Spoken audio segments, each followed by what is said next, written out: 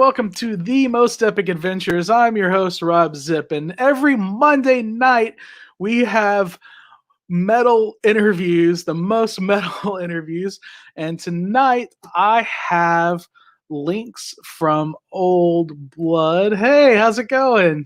I'm great. How are you doing? Very well. Welcome to this. Oh, and I get a mobile live dashboard notification from Twitch. I am live on my personal Facebook, on Facebook for The Most Epic Adventures, youtube.com/Robb Zipp, Twitter @Most Epic Show, and on twitch.tv/Robb Zipp. If there's anybody watching from Twitch, say something. It hasn't, I haven't had any Twitch viewers in a while. But anyway, without further ado, Lynx from Old Blood, welcome to the show. Hello. How's it going tonight down in Southern California? It's warm. It's smoky. It smells. But, you know, I've got a nice beverage, so I'm okay. Yeah, I mean, like the whole western part of the United States is on fire right now. Yeah. And we're not just talking about your album Acid Doom. Zing. Yes, this is true. No, I'm not making light of a very serious situation. I'm sorry. No. But is it okay close to where you are, around where you are? Well, the thing is, the fires aren't very close to us in Los Angeles proper. They are. One of them is pretty close to where we rehearse out in the Inland Empire, out in Pomona.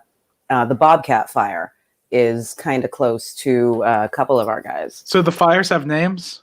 Yes, they do. Oh, yeah. The El Dorado fire is the one that was started by the birth announcement or the gender reveal party. Moment of breathing. Yeah, and the Bobcat fire, I'm not sure why they named it that. There might be like a trail out in that area by that name. Usually they name them based on landmarks in the area. Okay. So, yeah. That makes sense. I mean, we don't have the actual fires that are that nearby LA proper, but the smoke is everywhere. Every morning, that's the top story in the news. You know, the air quality is unhealthful. It's hazardous. You know, stay inside. The only thing we could do for so long once COVID hit was go take a walk. Now, yeah, now it's like, nope, you got to stay home. You can wear like special masks. Well, this is inhalation masks. I'm definitely grateful that I've been having to wear masks because, you know, now it's really coming in handy.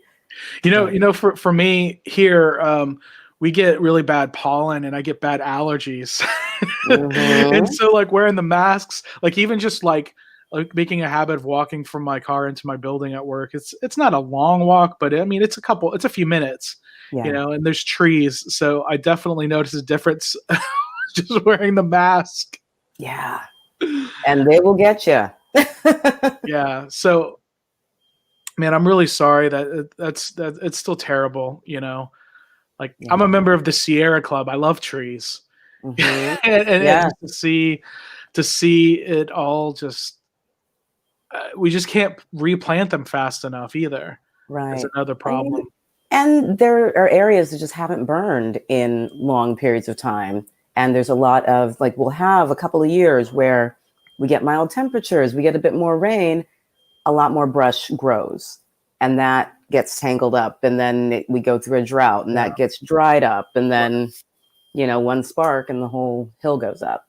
And up north in the actual forests, I mean, they've been thinning out those trees for a long time. In fact, I was just up in the Sierras last month, and I have a bunch of photos of all of these big piles of wood that they had just taken down, all these trees to make room, basically, so that if fire came through, it wasn't going to catch, you know, everything. Sure. But yeah, it's again, really difficult time. I got to go to Yosemite a few years ago, and wow. I can't imagine.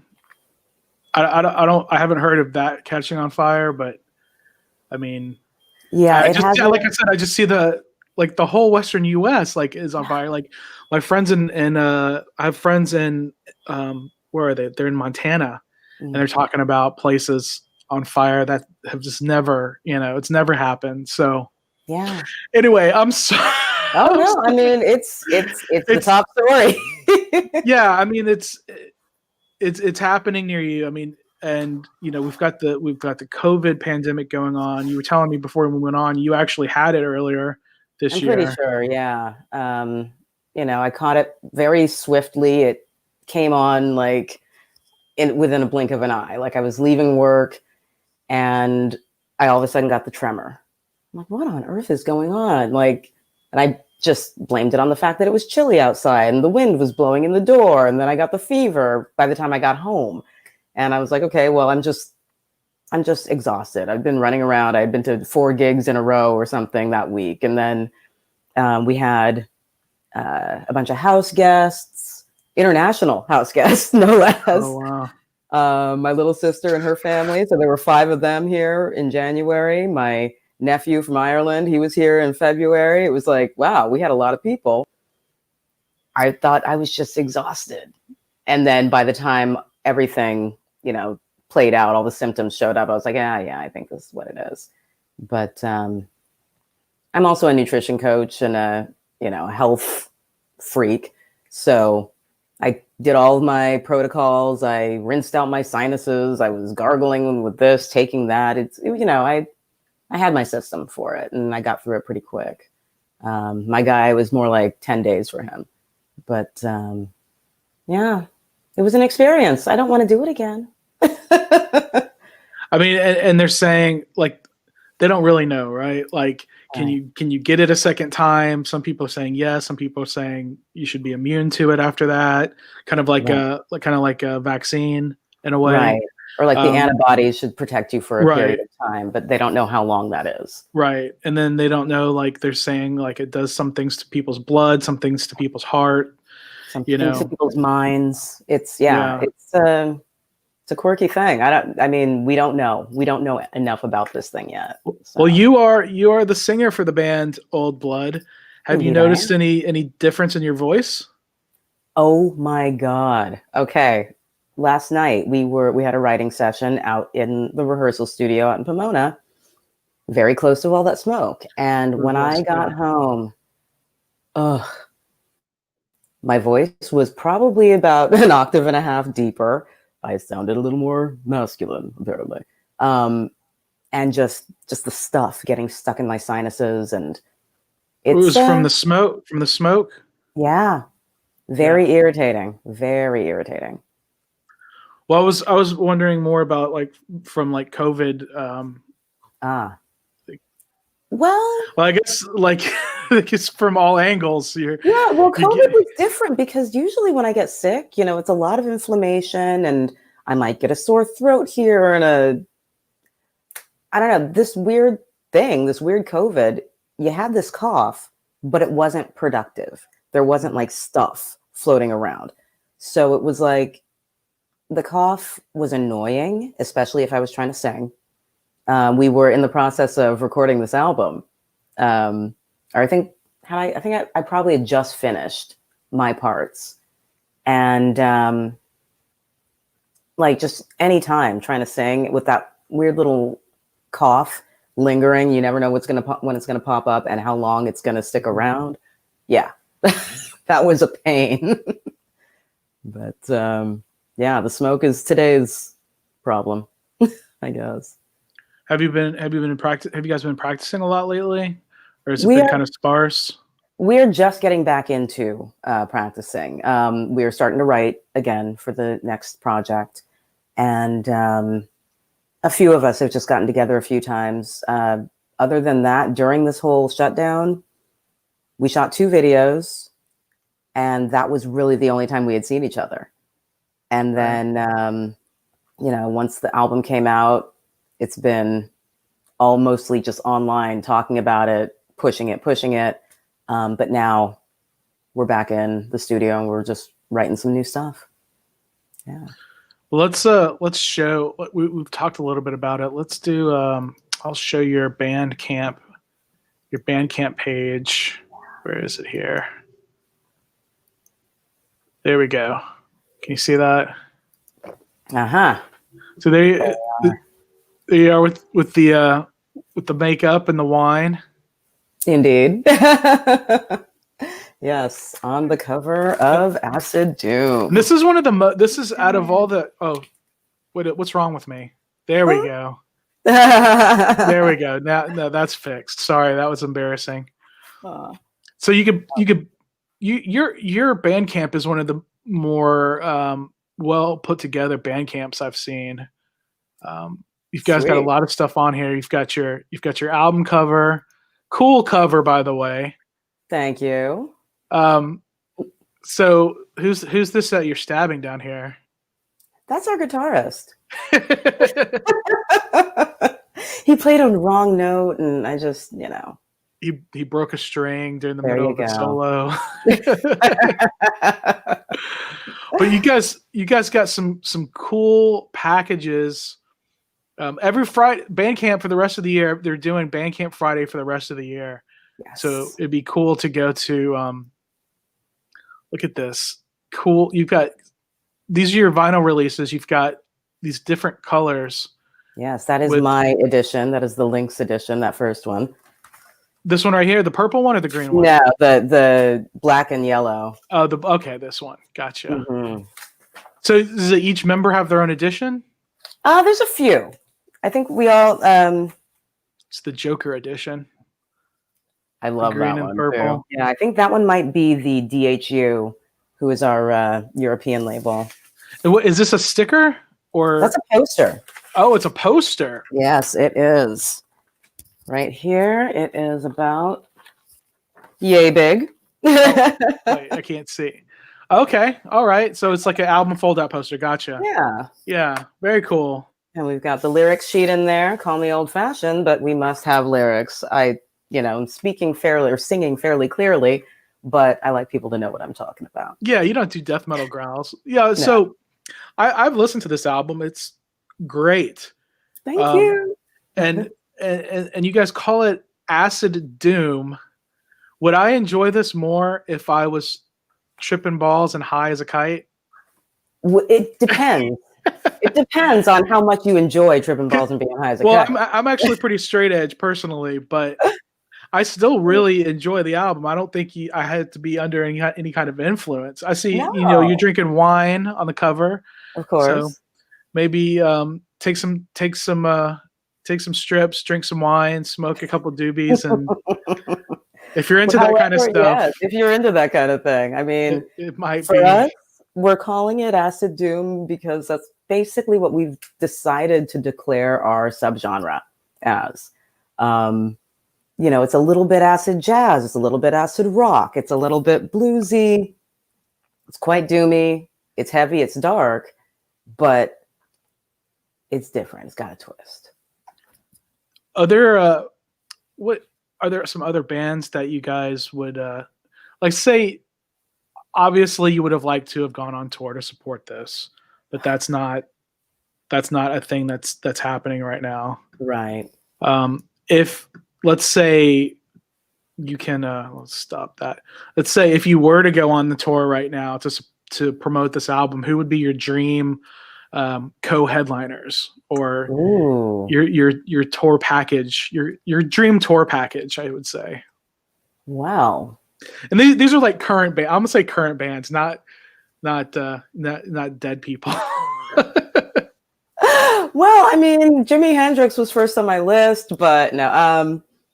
I would love to. Well, first of all, we did get to do a show with Year of the Cobra this year.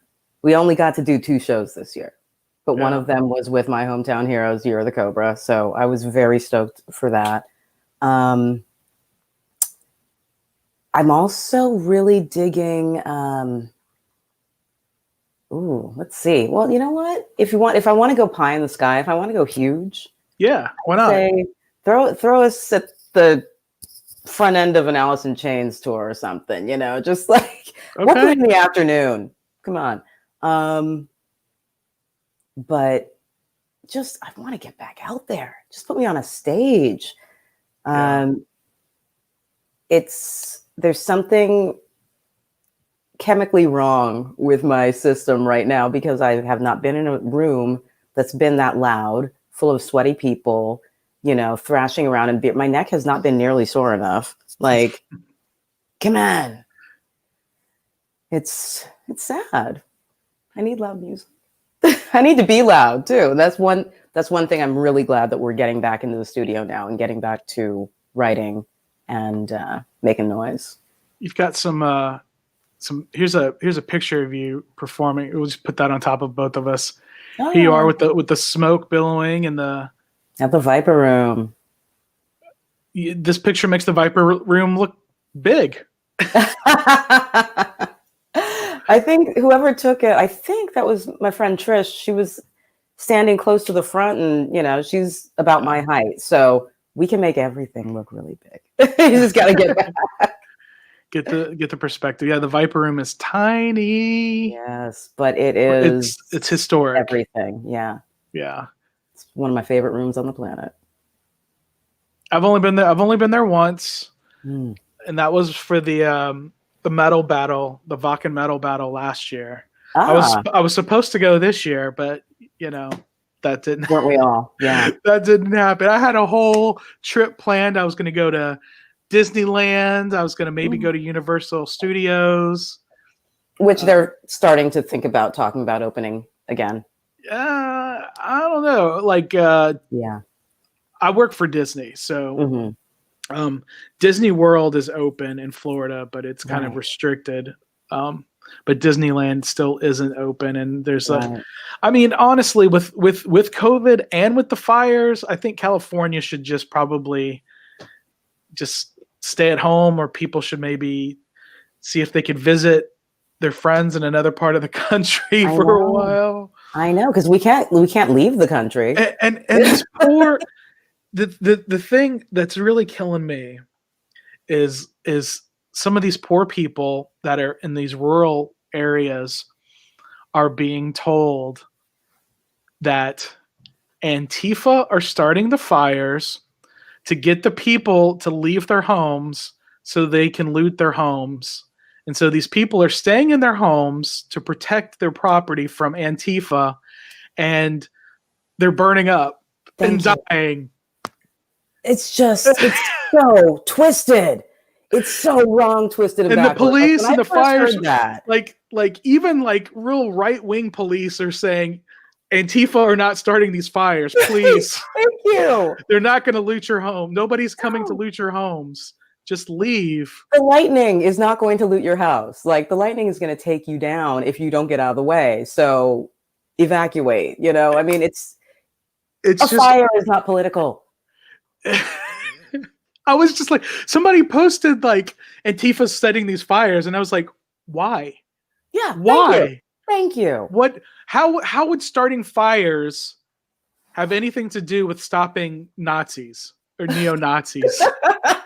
It doesn't make any sense. It's just it's the new boogeyman, Yes. It's the boogeyman for people. When I first heard that, I was like, you have got to be kidding me. There's no way anybody in their right, left, or center mind is going to do that. No, I mean, I've lived in LA for 22 years, and I grew up in the Seattle area. We would have forest fires up in the Northwest that were scary. Then when I moved down here, the brush fires are even scarier because they can get so close to where you are. A couple of years ago, we had a huge one just right up 5 miles away in the Sepulveda Pass. And I just hiked that trail the other day, and there's still burn scars there. It's very different. It's a different way of looking at your surroundings. But once you've been in a place where these kind of fires can start for any reason, it could be lightning, could be a cigarette butt, it could be some careless encampment, or somebody cooking something outdoors. It just makes you look at the world a lot differently. You know? It's Well, how has this affected your music? Oh, it's given me a lot of ideas. Yeah. Oh So yeah. do you write do you write the lyrics? Do you write any of the music? Uh, I see your instruments back there. yeah, well, this is all, most of these instruments that you see, actually, yeah, all the instruments that you actually see belong to my boyfriend. But, Okay. well, no, it's one of my guitars down there, and my violin is over there. But all the music that all the songs that I've written for Old Blood since joining, the music was already written. And in fact, that was part of me getting to be in the band. I auditioned. They said, welcome. And part of it was, though, it's a 2-month trial period. Come in, learn the songs, and write 2 songs with us for the next album. And so I got on that very quickly. And I think I started off writing 3, all of which, all the songs are starting to like ring true in the world right now. So I'm kind of creeped out by how prophetic some of it was. But yeah, I go in with lyrics. I have a big tome of unused words that I'm always making lists and, writing down phrases that sound good or whatever. And I'll listen to the music, leaf through it. If words jump out at me, I highlight them, I underline them, and then I move them to another page, and then I start crafting the song. Lately, though, with everything that's been going on in the world, every day is giving me enough phrases and thoughts and words and ideas that are very quickly being funneled into the music. So, yeah. Yeah, I can see this being a very productive time for a lot of bands, because you're just at home. Maybe you're able to get together and practice, but nobody is touring anywhere. No. So I think, some people are saying 2021. I don't know, man. I don't know. I think things are going to start changing in the spring. I think things are going to start opening up in the spring, but I don't think we're going to have any like large scale performance venues, ready for this, ready for any kind of experience that's anything similar to what we had before. Like the Viper Room, like the Whiskey, like the Roxy. Like I just actually put together out of those 3 places you just named, are any of them going to shut down? Like how are they making any money right now? They're not, right? They're closed. They're closed. The Whiskey is also owned by the same company that owns the Rainbow Bar and Grill, which is open for food, but again, with the big Lemmy mural. With the Lemmy statue. Yes. I got my picture with the Lemmy statue. Yep. I took my picture with the Lemmy statue the day I got my first tattoo. Nice. It's a good day. Right across the street, yeah. And that's the place where we always would end up at the end of the night after gigs, And now there's no gigs. Thankfully, they're open again. Thankfully, their servers are there and they're even hiring. So, there's something going on there. They're at least able to bring some cash in. But the Viper, it's all locked up. The Roxy, I haven't seen that door open. The Troubadour, they're boarded. They've got a big mural, out in front right now for Save Our Stages, because that's a huge concern. I mean, these are big businesses that employ a lot of people, or small businesses even, but like they are businesses that employ a lot of people that aren't able to bring anything in right now. Right. And we're not allowed to go in. Right. Yeah, I know venues here are trying to do whatever they can themselves to try to get things happening, but like it's not looking good. Like a venue in Austin that I don't know, have you ever been to Austin? I have not. We were hoping to go there this year, but make some noise, but Well, so Austin's about a 3-hour drive from where I live, 2.5 hours actually. But it's they call it the music capital of the world because South by Southwest, and the main drag is 6th Street, and the Dirty Dog was the only place on 6th Street that would book metal bands, and so they closed a few weeks ago, like for good, and it's like, where the fuck are metal bands going to play? And you know, like a small venue. The person who owns that also owns a larger venue. Okay. That's like a little outside of downtown, but that's where they have the Texas Vakken Battle. There, real nice place, but it's like, man, how long is it going to take before he has to shut the doors on that place? You know, it's you know, this is all this went down like right before South by Southwest was going to happen. Like that was like the first big thing that got canceled here. We were all like, shit. Well, our buddies that they were in Texas when that happened. Yeah, I was supposed to. They were on tour. I was supposed to go to San Antonio and hang out with them, but I wasn't feeling well, so I came back home. Man. So God, I know it's just it. I was like, oh, they'll come back and they'll come back soon. It'll be fine. Or I was like, oh, I'll see them when I go to California because I was going to be out there for like a week or whatever. And man, yeah, I don't know what the next thing is going to be. I feel like it's up to us to create the next new fabulous music experience, because who knows when we're going to be able to get in a room and droplet on people again. Like, I mean, I'm an aggressive singer. Stuff I'm sure I've shared germs. Yeah, of course. With the crowd, like whatever. But it's part of it. It's part of the experience. Sweat flying from somebody's hair. Or, like you go to a gore show, you don't know what you're getting splattered all over you, but you love every second of it. Like, spaghetti on, but I don't care. I love it. Like, yeah, how does gore continue? Like, their main dude died and they still continued. Yeah. So, like, how are they going to continue with, like, no fluid? No fluid sharing. No fluid sharing. His Gore's days are done. I mean, yeah, I it's crazy. Like, I have been an actor since I was 2.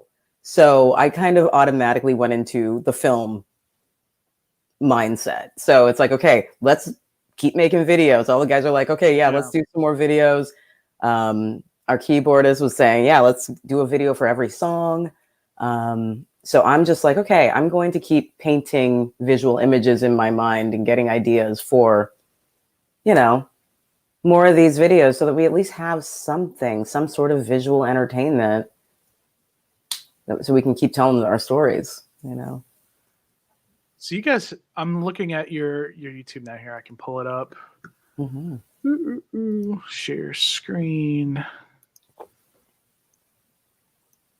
Here we go. So I can't play the audio, but I can play some video to show the people. Which one out of these, which one would be the best? Well, the most recent one is Sloth God. That's the one that I conceptualized and directed. Okay.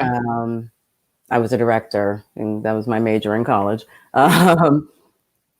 And it's featuring one of my best friends. That's real cool with the car driving up with the logo there. That's very what was that movie? Gosh, I can't. It was like that Grindhouse movie. Or wait, Roadhouse? No. There you are. So you see these guys. Are you going in to murder the ska band? Is that what's happening here? No, this is a jazz combo. In fact, this section is the 5th track on the album, which is called Formosa Lodge. Okay. And it's kind of hinting at a bit of a Twin Peaks-y kind of a vibe. Yeah, with the red curtain there. Okay. Yeah. And also kind of a wink and a nod to the Formosa Cafe here in Los Angeles, which was the first bar I went to when I first moved to LA. Old Hollywood, kind of a landmark. Yeah, and I'm going in to find my victim, who happens to be played by one of my best friends on the planet, Misha Pfister, great actor, great director. I've known him since we were 13 years old back in Seattle, and we have been performing together. We also went to NYU together. But yeah, this is kind of me deciding to go out and cause some trouble, wreak some havoc. And I dropped the kimono. You're like, what kind of club is this? Yeah, exactly. The place where things happen. Secret things. Secret things. Yeah, tangos. Kind of. I wish we could hear. I wish I could play the music. Right. But well, everyone will just have to go and purchase the album. Yeah, there you go. oldbloodgroup.bandcamp.com. But yeah, it's we had a great time with this one. And so you said you wrote and directed this video, right? Yeah. And starred. Yeah. And brought my old friend in, and our drummer's girlfriend right there. Okay. And with the perfect dress for this. If you've seen the Formosa Cafe in Hollywood, it's got a lot of kind of Chinese red and gold and black and white imagery going on in there. So I have the red, and then I have the kimono, which had the red and gold thread in there. And then she has that black and white dress, which looks like the awnings of that actual restaurant bar. And it was like, okay, when she showed that to me, I was like, yes, this is what I want you to wear, please. Too perfect. You have a real like New Orleans voodoo kind of thing going on. Oh, for sure. For sure. There was a lot of that in there before I joined, and we just kept it going because I'm pulling in voodoo, I'm pulling in hoodoo, I'm pulling in obeah from Jamaica. Okay. I'm pulling in traditions from my Cherokee and Seminole ancestors, like everything, you know? Yeah. That's super cool. Yeah. I mean, life writes music. I see this dance scene, you and this gentleman dancing, and then I could just imagine a whole like Bollywood dance number, which is kind of not far from the type of things that he and I used to do. So yeah. Well, that's an inspiration for your next video. Okay, you know, it doesn't always have to be pop music that does the crazy big dance moves. Exactly. I mean, hello, look at Ghost. I almost they do that. Actually, they do. You know? Yeah. The Rats video, they definitely did some of that. Totally. I love Ghost. I know a lot of people like to shit on Ghost, but I think they're great. They're fun. I mean, I don't like to begrudge anybody. If I don't like the music, I'm just not going to listen to it or pay attention to it. But right. Yeah. I mean, there are definitely some bands that I don't care for, but I would still see them because I think they would be interesting to see. Does that make any sense? Yeah, totally. But like when I never thought I would really be into like power metal at all. But when I went to Wacken last year, I saw so much fucking power metal. Yeah. And I didn't realize like the heavier stuff, like the death metal and the black metal, the more extreme stuff was like put off to like a smaller side stage. Like the big stages were more like the power metal bands. Right. Sloth God. Very cool. Yay. Very cool. So you said you've been acting since you were a kid also. Yeah. Have you done anything that we might have seen? Well, I quit acting the day I turned 30, but I started when I was 2, and it was mostly a lot of commercials and a lot of stage stuff, local stuff back in Seattle. And then when I came down here, I had a few good years working on the show Boston Public. I played a high school kid well into my 20s. As it always is, right? Yeah, it's just I don't know. I don't Wasn't look Luke much Perry different. wasn't Luke Perry like 30 when he was on 90210? I think so. I mean, most of us were not that young. There were only a couple of people who were like straight out of high school. And then I went on to doing some work on Boston Legal, just one stage over. It was all David E. Kelly's little camp down in Manhattan Beach. And after I lost that job, I really hadn't gone back. I just was like, kept my eye on the breakdowns, but just was burnt out from trying to maintain a presence. It was financially taxing. It was just a lot of work and a lot of money for a chance at possibly being seen. It was it started to feel futile. So I was like, you know what? No, I'm 30. I'm too old for this stuff. I still look at the breakdowns to this day. And that was more than a decade ago that I quit. But, I still have all that stuff. And that's the thing that I'm loving about being in this band. I get to use all of the artistic stuff that I've ever done in my life. I've been a painter, I've been an actor, I've been a director. You wouldn't know I had been a visual artist of any sort after you saw the last storyboard for that video. But all of the arts, I'm able to bring it all into this, and it's so satisfying because all those things that people were saying, oh, it's a waste of time, go do some math. Go do some math. It's a waste of time. Go do some math. Go do some math or something. Go practice your multiplication tables. No, I'm gonna sing. No, I'm gonna, lift some weights. I don't know, something. I get to do all my stuff though, and it's great. So, and it's funny you mentioned the Vakken battle.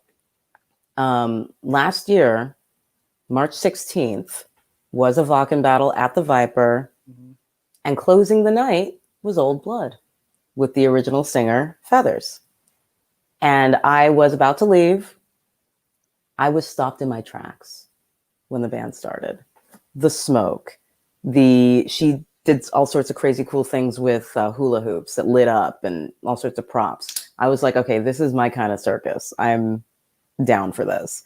And from that moment, I was listening nonstop. And then 2 weeks later, I find out that she was leaving the band. And I was like, okay. Were you in a band before that? I have been in a number of different projects. At that time, I was in a cover band, and we played, every couple of weeks locally. Mm-hmm. I was also in a disco group with my buddy Harry. Shout out to Harry Ostrom. A disco group. Yeah. And it was like new stuff. It was like, we did some covers for like weddings and stuff, but he's writing original disco music, and it's fun and it's funny. He's a comedian as well. Okay. And what else was I doing? I was sitting in with my boyfriend's band, playing a lot of Irish music. I play the fiddle. And I would sing with them as well. So it was like, if anybody had a microphone or a stage and they needed someone to fill it, I'm like, I'm here. Just let me on it. Let me up there. And I think, those were the two things that I was mostly involved in when I joined Old Blood. The disco band and the cover band. And when you found out that their singer was leaving, how did you contact the band and be like, me? Oh, well, I was sitting here. It was 9:30 p.m. on March 30th. I don't know why I remember these things so vividly, but 9:30 p.m. I get a messenger message from my buddy Tom Chandler, who actually produced our new album. He was like, have you heard what's going on with Old Blood? I was like, what's going on? I love them. I just saw them 2 weeks ago. They blew me away. He's like, well, the singer's leaving. I was like, what? He's like, well, maybe this is up your alley. And I was like, yeah, this is up my alley, down my street, on my front door. Like, come on, like, let me in.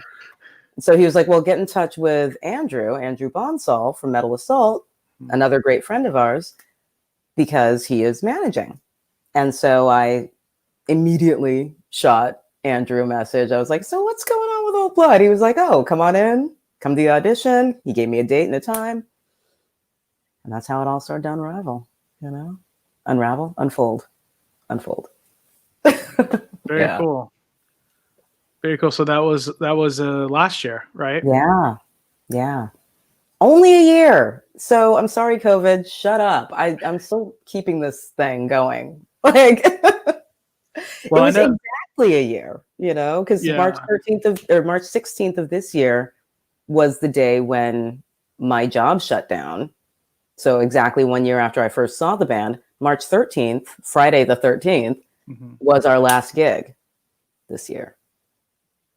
So it's been an interesting year.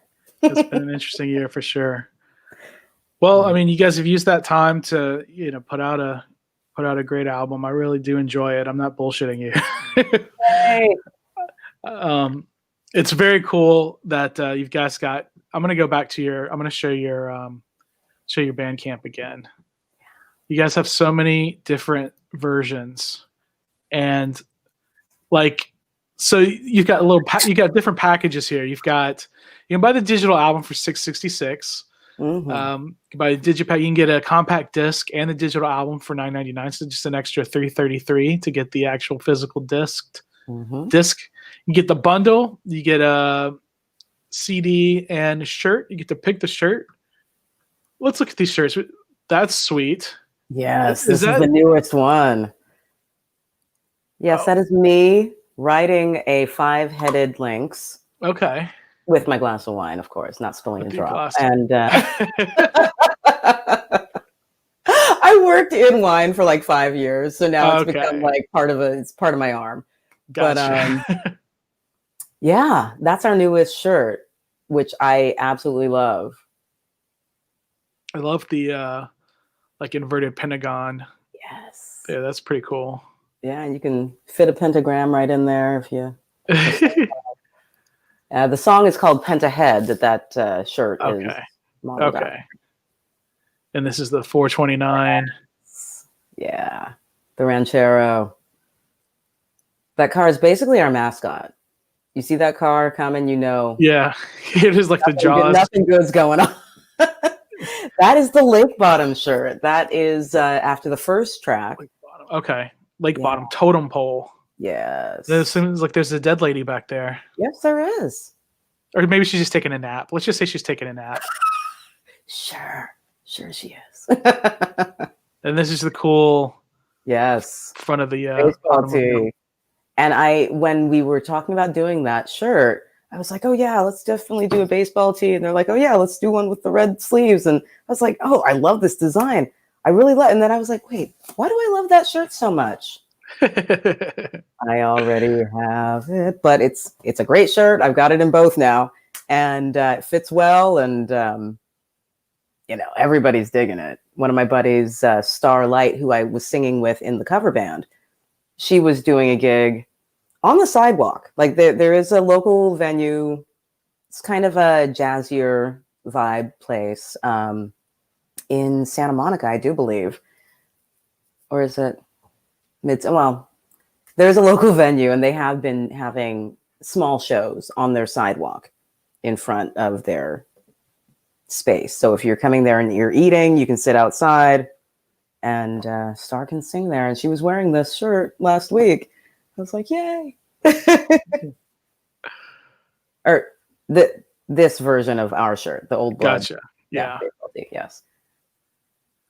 And you guys have so many different versions. You've got your versions of your album, and then you got your packages with the different shirts. Mm-hmm. Something for everybody. And you guys did have you had 13 copies of your test press. All sold out. That had to have gone quick. Very quickly. Yes. Yeah. But that's awesome, though, that you made that available, even though there were only a few. Yeah. That you made that available.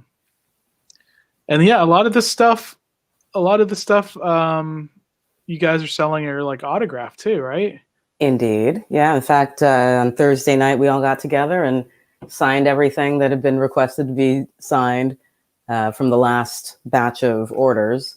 So, yeah, I'm sure we're going to have another session like that pretty soon with the other orders coming in. How do you guys like, do you guys handle that yourselves, or does Andrew handle some of this? Andrew is the man behind the curtain.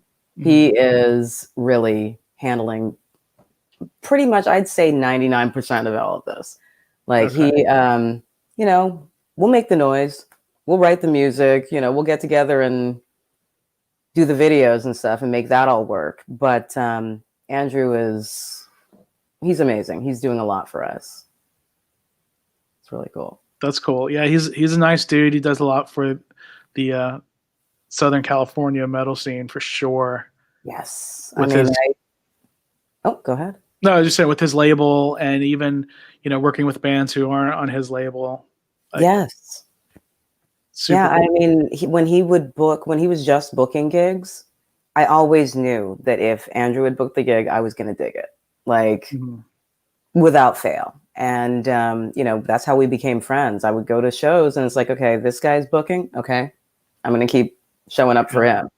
And yeah, years of that, you know, and that's one of the ways I met Sam from Void Vader, was through gigs that Andrew was booking, because he used to be in a band called Legal Tender that I followed a lot. And Andrew booked them often. Yeah, it's a wonderful community, this metal scene here. I just miss all the people, you know. Right. Everybody's at home. Everybody's at home. Well, are you drinking Liquid Death now? Yes, I am. Okay. Are they sponsors of us? No, yeah. But I ran across this at Whole Foods last week. I was like, oh, cool. Yeah, that's the sparkling version.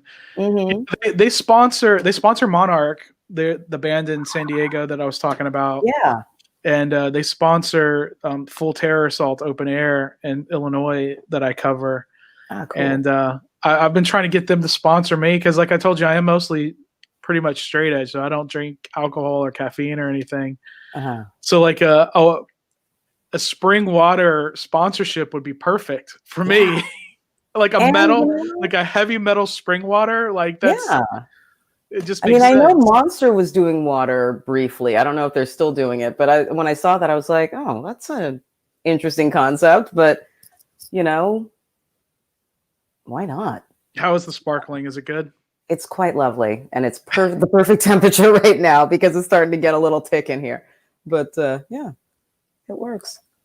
You guys, like, I don't want to talk about the weather too much, but you guys recently were like over 100 degrees. Right, like 110 degrees. We had the weirdest heat wave. It was like, I think it was like 111. They measured at one point. I think the hottest temperature that was local was 121 in Woodland Hills, right over the hill, like just the other side of the Sepulveda Pass. And it's always like 75 and sunny there, not 120. Right. Well, here on the west side specifically, like we are west of the 405, which usually stays very moderate. You know, it can be cloudy all day and 90 degrees in Hollywood. But that weekend here, it actually didn't get that horrible. We actually did have to turn on the AC for a few hours, but that's rare. Because I hate air conditioning, so I rarely ever use it. People couldn't live here without air conditioning. It would not be possible. I know. Well, it gets humid there too more often than it does here. Oh yeah, it's super humid. It's a swamp. Swamp. And I think that was also one of the weird things about the last heat wave we had. It got really humid because there was a hurricane going on down in the Southern Pacific, and or south of the states anyway, south of Hawaii. And we were getting all that monsoonal humidity, and it was just gross and thick and You guys need something like that now. There's like 5 hurricanes in the Atlantic, 5 named hurricane systems in the Atlantic right now. Yeah. And dumping water. Like Louisiana's already gotten 2 hurricanes this past month, and it looks like they're about to tomorrow. They're in a couple of hours. Yeah, they're gonna get another one. My friends in New Orleans. Like I talked to my friend in New Orleans day before yesterday, and I was like, "Are you leaving?" She's like, "Probably no." She works at a hospital, so she's got to be there. Oh God. But they're just like, yeah, the pumps are working now, so they're not too worried about it. Okay, the infrastructure is actually holding up. Yeah. That's good. So the pumps are working, so they shouldn't be too messed up. But hurricanes, you guys need they need those hurricanes to go over to the west side of the country and to put all those fires out. Yeah, just get a hose from run it, and I don't know. Like I wish there was a way, because when we were going through the last drought too, it was impossibly arid, and it went on for like 6 years. And I don't know, again, it makes you look at the world differently. It makes you look at, the earth around you very differently. Do you ever think, man, it'd be nice to go back to Seattle and look at Mount Rainier every day? Sometimes, yeah. I mean, I was up there. I was up there for Christmas last year. We flew through SeaTac with whoever that was that brought the COVID into this country. Now, but every time I go back there, I'm like, why don't I come back more often? It's so beautiful. The weather is varied. You can tell what season it is by looking outside, as opposed to just, the calendar on the wall. It was great just being in my hometown, walking around, and there's bear boxes in my hometown. Like, when you go camping, cans or the bear boxes. Yeah. They've got those in downtown Issaquah, and it just makes you realize, oh yeah, I am a lot closer to nature here. It's not as distant or as remote as it is from LA. We go driving 5 hours to get someplace nice to pitch a tent and breathe for a while. But unfortunately, that's not happening right now. Sad. Yeah. Well, I'm sorry. Yeah. I shouldn't talk about the weather. I shouldn't talk about the disasters. Talking about the weather used to be the most innocuous thing you could do. Now it's just like, now I'm gonna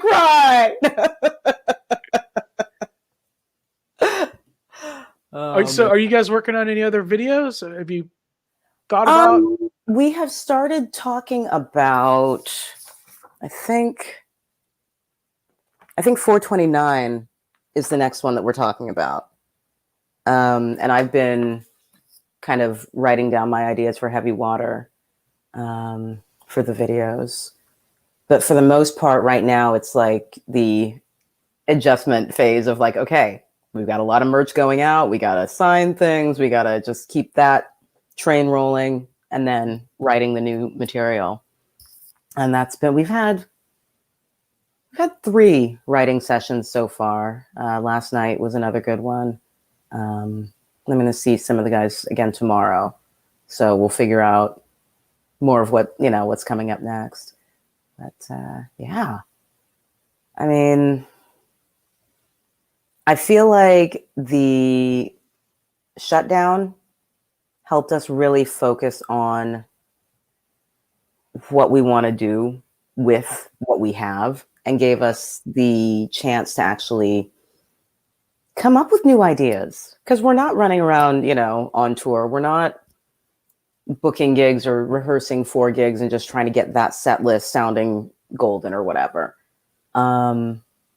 I've been doing a lot of learning about music marketing through a lot of challenges on Facebook, and just reading more, learning more about what we can do as a business, just to, keep my skills percolating.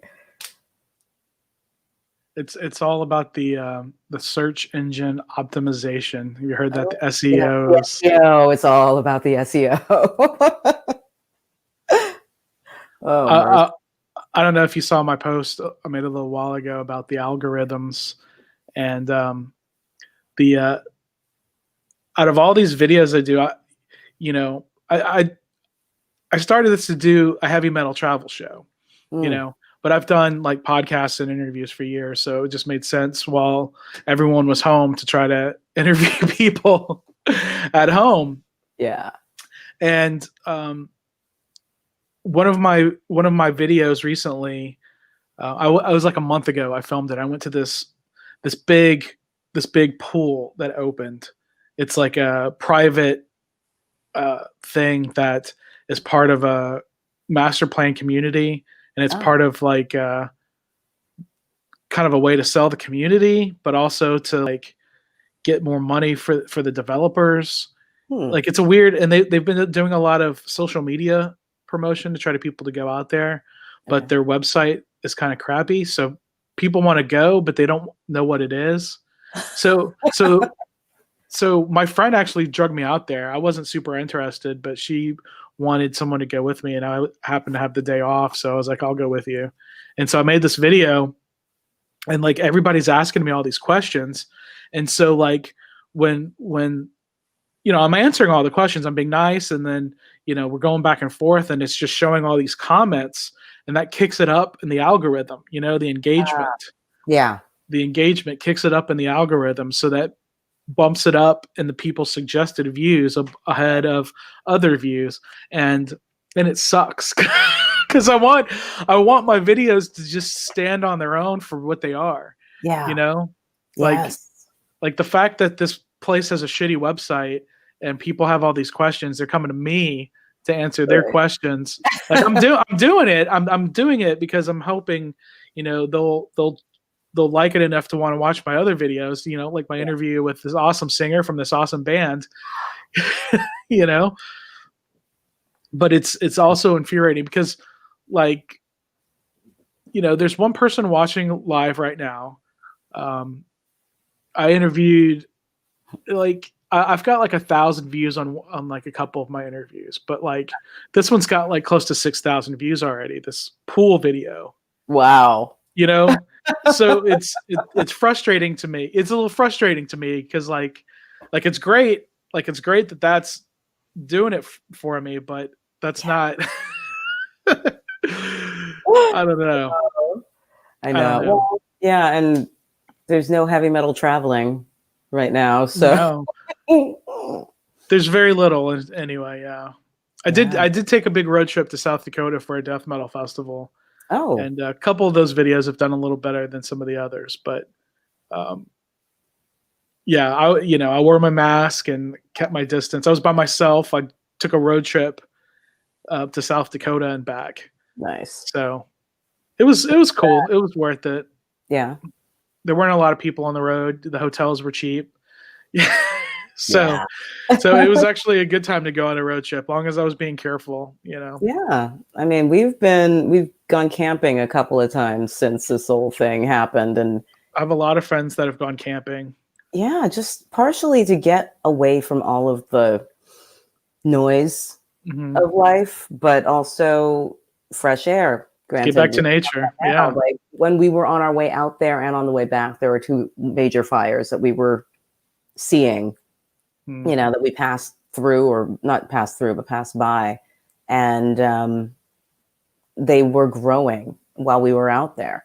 And every time we go camping we tend to go camping for our birthdays.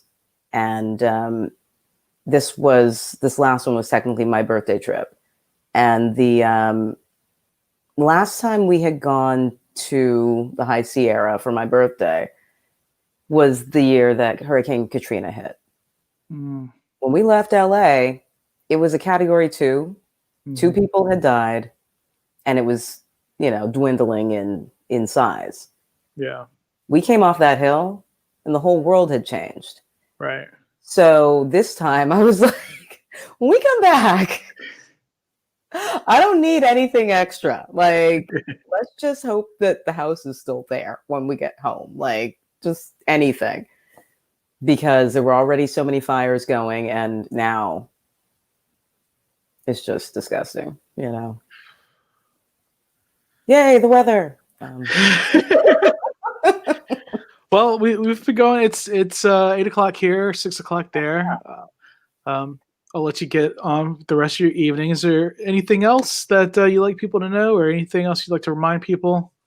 Well, you know, I mean, yes, musicians are still making music. The key is you got to go out there and find it. So follow people's on Bandcamp. Bandcamp Friday, first Friday of every month. No, it's every Friday, isn't it? No, it's the first Friday of every month. First Friday, okay. Yeah, so we've got 3 left for this year. That's the day to go and support your favorite bands. That money goes all directly to them. Bandcamp will not take a cut. I actually read an article today about the amount of money that people have been spending on Bandcamp Friday specifically. It's a great deal. Do it. Yeah. And you can always check us out at oldbloodgroup.com. We're on all the socials, all the streaming services. We're on the YouTubes, and you can watch our, there we are. You can watch our videos, and we will keep making them. Excellent. Well, I look forward to I'm going to listen to your album again when that next Bandcamp Friday comes up. Make sure to send a reminder. I get reminders from Andrew from the Metal Assault. Excellent. I've got the couple of the tapes here. Yes. Oh, you got the one that I missed. You got the one that we're on. Yes. Sold out before I could buy one. I've got the other two. I didn't get. Yeah, you're the first. This is volume 1. You're the first. Yep. The first band on side 1. The first tape. And then on the second tape, Void Vader is the Void Vader. Nitrous is the first track. Yeah. I want to say I have another friend, Circle of Size. Yes. My Colin? friend. My friend Felicity. Ah, yes, the drummer. I love her. Yeah. She's a buddy of mine. She was in Ancient Fears before that. Yep. She was on. So she's been on both of these. Yep. And let's see. Did we do? No, I was actually at the album release party for that issue, that volume of the mixtape. Yeah, I didn't realize he puts the release dates on here. Released August 9th, 2019, and then this one released January 31st, 2020.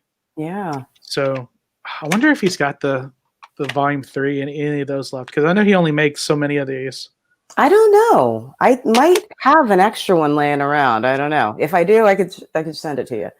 I always buy multiples of things because I feel like that's like my duty, is to keep rock and roll alive and well and just keep disseminating sounds. And anything I love, I share with my friends. So I'm looking at the Metal Assault. I see. Yeah, here it is. The mixtape volume 3. Let's see. Oh yeah, there's still some available, and he's got some T-shirts available too. Ooh, yeah. Do I want the T-shirt with that epic volume 3? Yeah, let me. People don't know what I'm talking about. Let me show this. This is pretty. Look at this. Look at that shit. Mm-hmm. Like he's gotten more intricate each version. Yeah, that was I think that was the 3rd T-shirt design for Metal Assault. Flash Machine, Solar Haze. Yeah, Solar Haze is another great Metal Assault band. We have performed with them. We played with them at our last show this year on Friday the 13th. I'm like reading the track list. Oh yeah, here. Well, is it actually? It's probably, you could probably see it better right here. You see it right here? Oh yeah, there we are. Yeah. Oh, it's like Flush bong. Yeah, I mean, these are a great product. I love that Andrew's been doing this because this is kind of how he got into music. When he was growing up, he would go to he would go to these music stores and purchase mixtapes from, whoever is putting it together. And It's speaking of Felicity, she just texted me. That's funny. We'll see what Love she says in a little bit. I'm talking to you right now. I'm only talking to one person at a time. And that one person watching, I wonder if that's Sam. I don't know. Nobody's saying anything. But that's the great thing though is about doing this is, I'm doing it live, but it'll still be on YouTube forever, or unless something happens. I don't know. Somebody else changes their algorithm. Yeah, right. Yeah. I had a falling out with a couple people in this one band because they turned out to be racists. Oh no. So Black Sabbath put out these Black Lives Matter shirts. Yes. And I bought one and I was wearing it and I posted it, and this guy in this band, I saw him bitch about Wolves in the Throne Room supporting Black Lives Matter, and then he left some metal group because they shared it. And so I shared it in my group and on my page, and I wore the shirt, and I posted a picture of me wearing the shirt, and he blocked me. So I was like, you know what? Well, fuck you. And then I told his wife, I was like, your husband is a fucking racist. And she's like, no, he's not. I'm like, okay, all right. And then she unfriended me and unfollowed my shit. So I'm like, fuck you people. So I've thought about taking their interviews down and stuff, but right. I don't know. I could just leave it there and let people make fun of them. Let people form their opinion. Yeah. I mean, there's a lot. That's the thing that this time has really brought out in a lot of people, just rage, frustration, fear. When the structures that we're used to are suddenly questioned, or, the leg falls out from under something that we are used to being the end all and be all, people freak out. People get scared. They don't know what they're supposed to do. And when all of this went down, and all of a sudden people are afraid of the cops, or talking about defunding the cops, which I don't understand that term. I don't understand why that was the terminology that came out of it. Because I think I could see how people.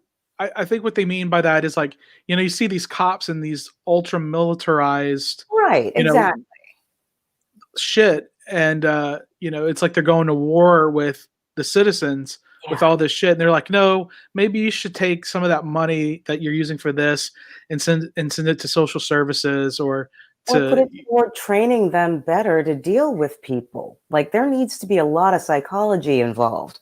And they have to understand. I don't know. I feel like there needs to be a longer. There's a huge systematic thing. Yeah. With this country's policing, for sure. It's way different than other countries. And completely. I had an uncle who was a police officer for, 25 years or more, maybe 30 years. And he was a Marine in Vietnam, and got out of Vietnam. As we weren't a liberation force in Vietnam. My dad was in Vietnam. So I know that we were seen as an occupation force to the people there. Yeah. And when you treat people as an occupier, and then you come back to this country and you join the police, and they put you in a neighborhood you're not familiar with. And the only people that you ever encounter are, criminals or people you see as criminals. Yes. Of course, you're going to treat them like an occupying force again. And you're just going to have that mentality, and it just permeates through the entire police system. Mm-hmm. I'm sorry. I'm probably going to get some downvotes for saying how I see it, but I mean, like, well, I mean, and I'm also, there's always individual responsibility. There are individuals who just are bad eggs. There are, and sure. and I don't know. The culture right now makes me want to just kind of lie low and stay in my house and, lock the doors and just watch, because one, I don't know how people are going to react to a little Black woman walking down the street. I don't know. I feel like no, I won't say that. I feel like people have just been paying more rapt attention to race more so than they used to. And it scares me, because it's like, okay, why? What are you paying attention to? And why are you looking at me so closely? Mm-hmm. Like, I don't know. I feel like living in this town during this time, or just living during this time, I feel like I'm supposed to have a solution or have something important to say about it, other than just living my life as I am. But at the same time, I feel like just living my life as the person that I am is the most important thing that I can do. Right. Because I'm just proving that, no, we're not all criminals. Yes, some of us love heavy metal, and some of us are pretty good at it too. I don't know. It's just, it's exhausting. It's exhausting. I can only imagine. I can only imagine. Yay, the weather. The weather. It is the temperature of the time. It's everybody's talking about very, very sensitive things. And in a way, it's exciting. In a way, it's, okay, cool. We're finally discussing these things. But also, people are revealing themselves for who they truly are. And sometimes you realize that, you didn't know somebody as well as you thought you did. Right. Yeah. Yeah. It sucks. Some people suck. But some people are really cool. And I am so happy that, I remember after all of the riots, once again, comes back to Sam. Sam went on Facebook and was like, go, it was a Bandcamp Friday. Mm-hmm. And he said, go to voidvader.com, go to their Bandcamp, buy their stuff. And he was personally donating a portion of those sales to BLM causes. Mm-hmm. I was like, yeah, I remember that. Absolutely remember that. Yeah. I got a little weepy there when I saw that. And I was like, Sam is, people showing up like that just really, really boosts my faith in humanity. Yeah. Quality dudes. I know, and I know Nick from Stonecutters also. Mm-hmm. That's also in War Cloud. Yeah. Super top notch dude. So like to know those two dudes, I feel lucky that they're able to use their voice that they have for positive. And they're just super nice about it. Like, honestly, I've had some people get mad at me because I mean well, and I want the best for everyone, but sometimes I'm pretty quick with calling people fucking stupid for not. I'm like, God damn it, wear a goddamn mask. Yeah. Just wear a fucking mask. It's like, why not? It's not going to hurt you. It's not going to restrict your oxygen. Right. And like, it is a little difficult to breathe if you're, hiking or something. But right now, with all this smoke, it helps. That we have to wear a mask. I'm like, okay, I can at least, walk down the street and breathe without coughing and falling over and dying. Like, but like, honestly, I feel better like going to a restaurant knowing they're wearing gloves and a mask like making my food, because I've worked in restaurants before, and you know what people do back there. I know what people do.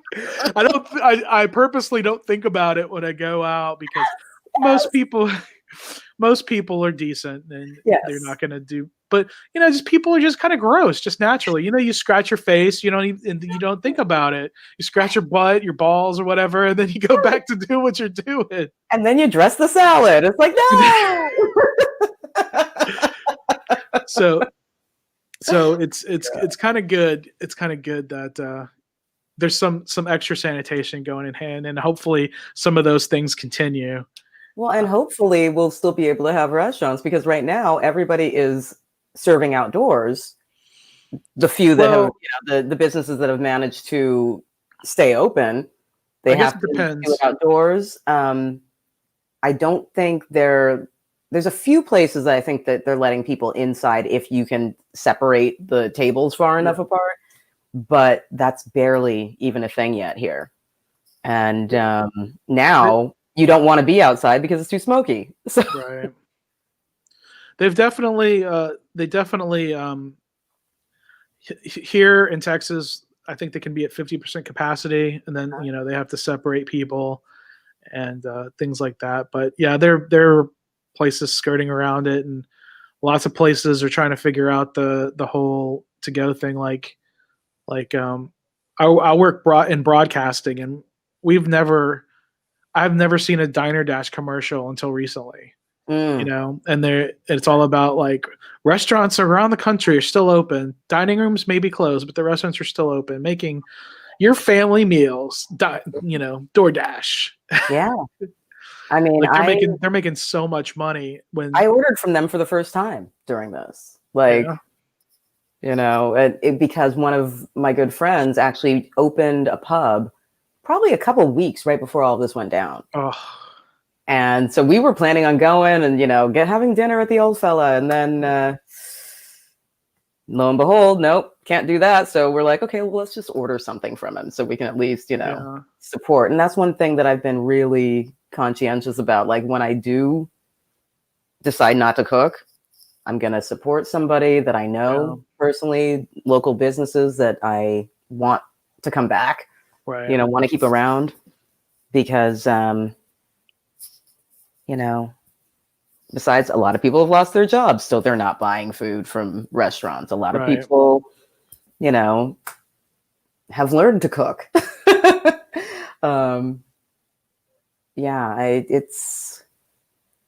It's such a weird time, but at the same time, in every crisis, there's a ton of opportunity. And that's where I'm trying to maintain my mindset and just say, okay, we're doing this. This is where we are now. There's nobody to blame. Don't argue about it. Just time to live it. Mm-hmm. Make the best of it.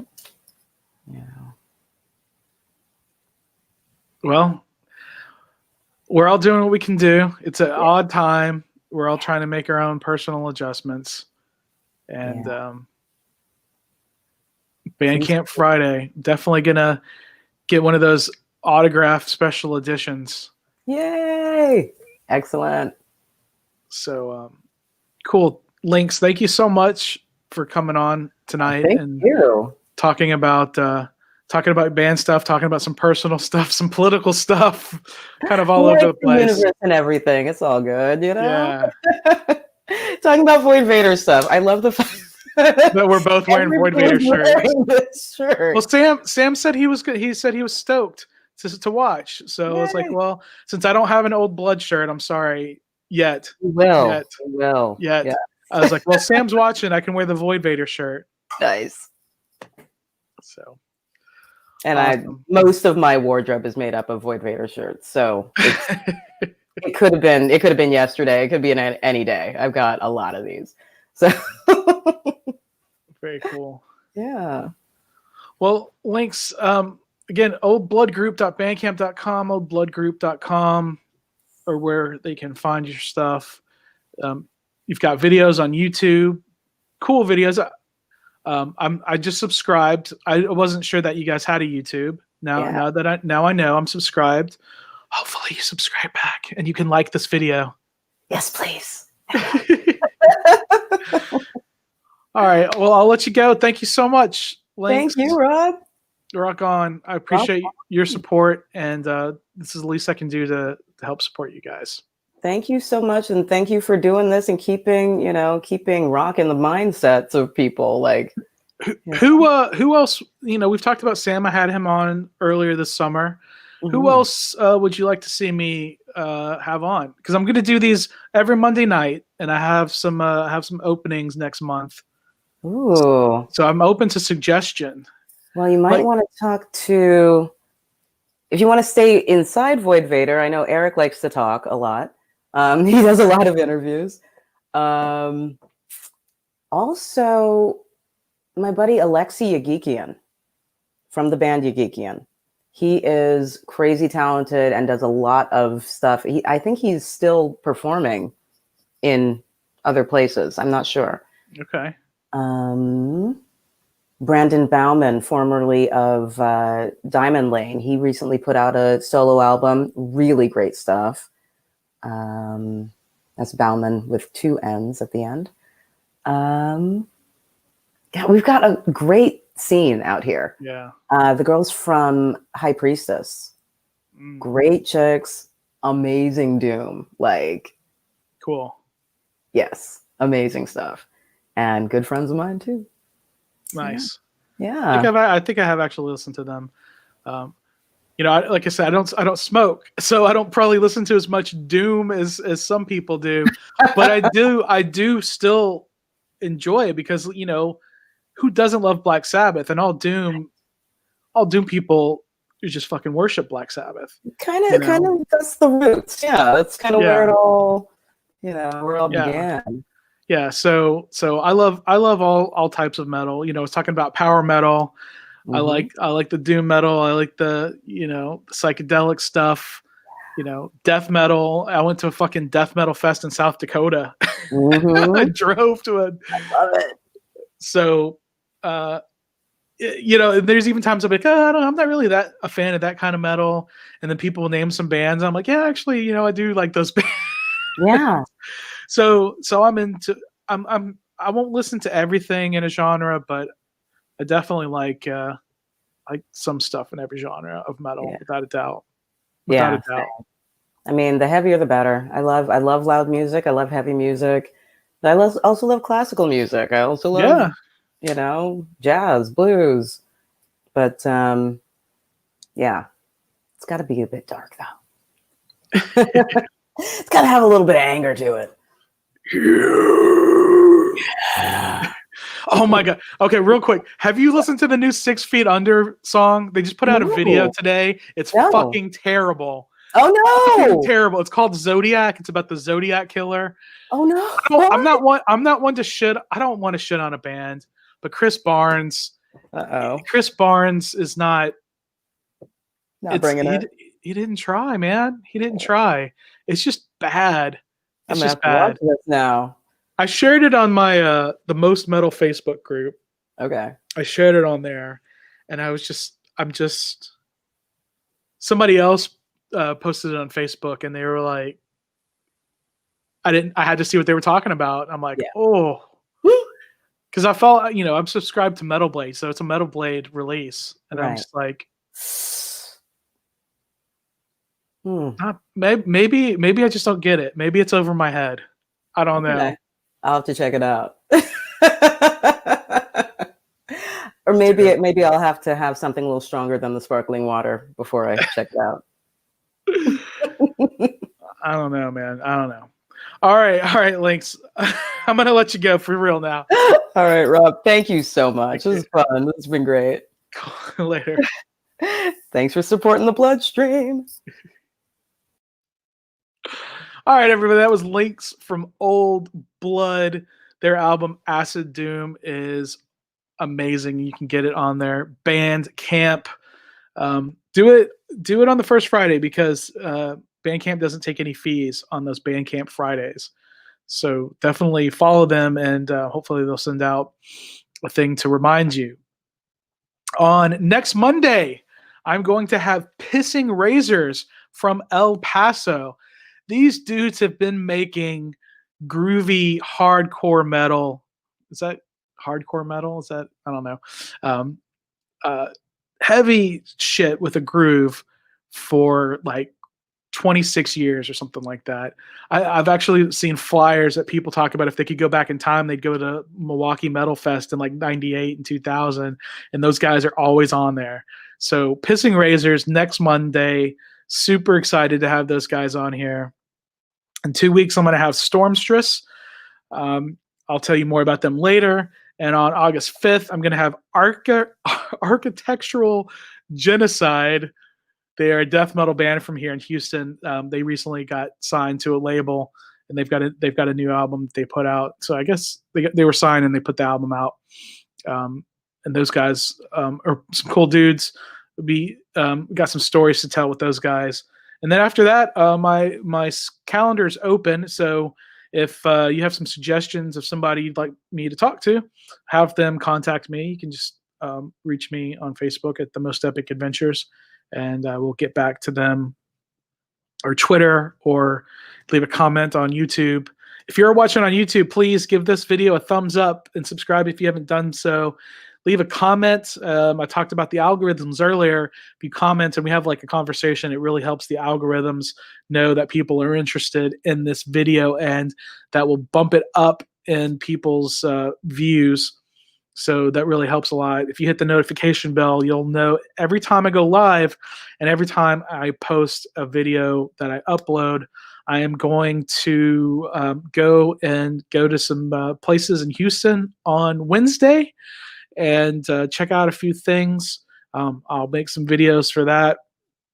If you go on the YouTube and you want to know about a particular place, I have listed my videos of my travels in playlists. I've grouped them in playlists by state and city. If it's a particular city that I made several videos in. I think coming soon also, I went to Iceland in January of 2019, and I didn't put everything I had from that trip on YouTube. And if you haven't seen the videos that I do have on there, check them out. There's some pretty cool stuff. I eat some rotten shark. I go to a Viking reenactment practice. I hung out with a few bands. So that was when I took a trip to the others, to the North Atlantic, to try to figure out what I wanted to do with this show. And it's been awesome. But I went to a couple of museums that it was just too difficult for me to sync up the audio with the video, because at the time I recorded them separately because I couldn't figure out how to record them properly. So what I'm going to do it like an old school slideshow type of thing. I'm going to play the videos and give some commentary. I'm going to do it live through the StreamYard like this. I may do that Thursday night. Let's just say Thursday night. I might do a couple of them because I want to do the places separately. To give you a little hint, I went to the Icelandic Punk Museum, which was in old public toilets. So that was fun. There's not a whole lot to see there. So I was like, hey, can I make a video of this? But I'll show you that. And then I also went to the the Icelandic Phallological Museum. It's the Icelandic Dick Museum is what it is. And there are all kinds of dicks there. There's a whale dick. There's different animal dicks. There's some people. There's some human dicks. And there's like one of my favorite things there is it was like the Icelandic handball team. They cast their dicks in molds, and so they made models of every one of their dicks. And well, you'll see when I show that. We'll plan to do that Thursday night. So bathrooms and dicks on Thursday night. Lynx is still here. She's listening. She's cracking up. So check that out. Sorry that it's taken me more than a year and a half to get those videos up, but I had to pay to go to both of those places. So it's kind of like, should I post these things? But like really to support these small museums, it makes sense to do that. It makes sense to pay. So also, when I go to these food places, I try to buy the food and support these people in more ways than just showing up and filming them. So I think Chris Shepard from Underbelly made a comment about bloggers not wanting to pay for their food, like to review the restaurants or whatever. And right now, especially with the way times are, we really need to support the places we go to as much as we possibly can.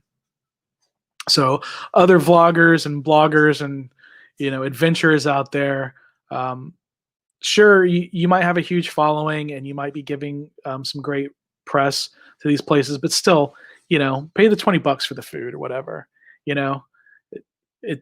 It means a lot more to them that you actually patronize them and still help them out. Just do everything you can. I'm trying to do everything I can to help as many people as I can with this.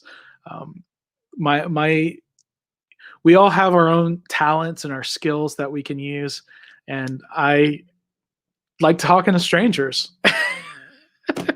I feel like I'm pretty decent at it. So I grew up as an only child, so I grew up talking to myself. So I'm kind of used to it. So I feel like I'm talking to myself right now, though I know that there are at least 4 or 5 people watching. So thank you for watching. Again, follow the Twitter, follow the Instagram, follow the Facebook. It means a lot to me. I do all this stuff. I don't charge for any of it, but if you do want to financially support me somehow, you can go to my web store. On YouTube, it is on the bottom of the video. You see some merchandise. But if you're just watching this later, go to buymymerch.net. I have all kinds of t-shirts, masks, bags, pillows.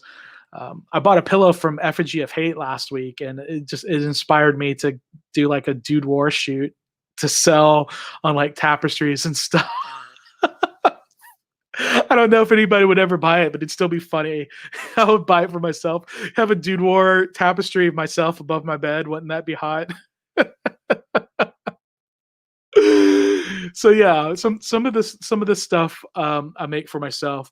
Also, I am on the Amazon affiliate program, and the link for that is super long. So I got a domain forwarding, AmazonZip.com. If you go to AmazonZip.com, you'll see I haven't had a chance to put a lot of stuff there, but you can buy stuff.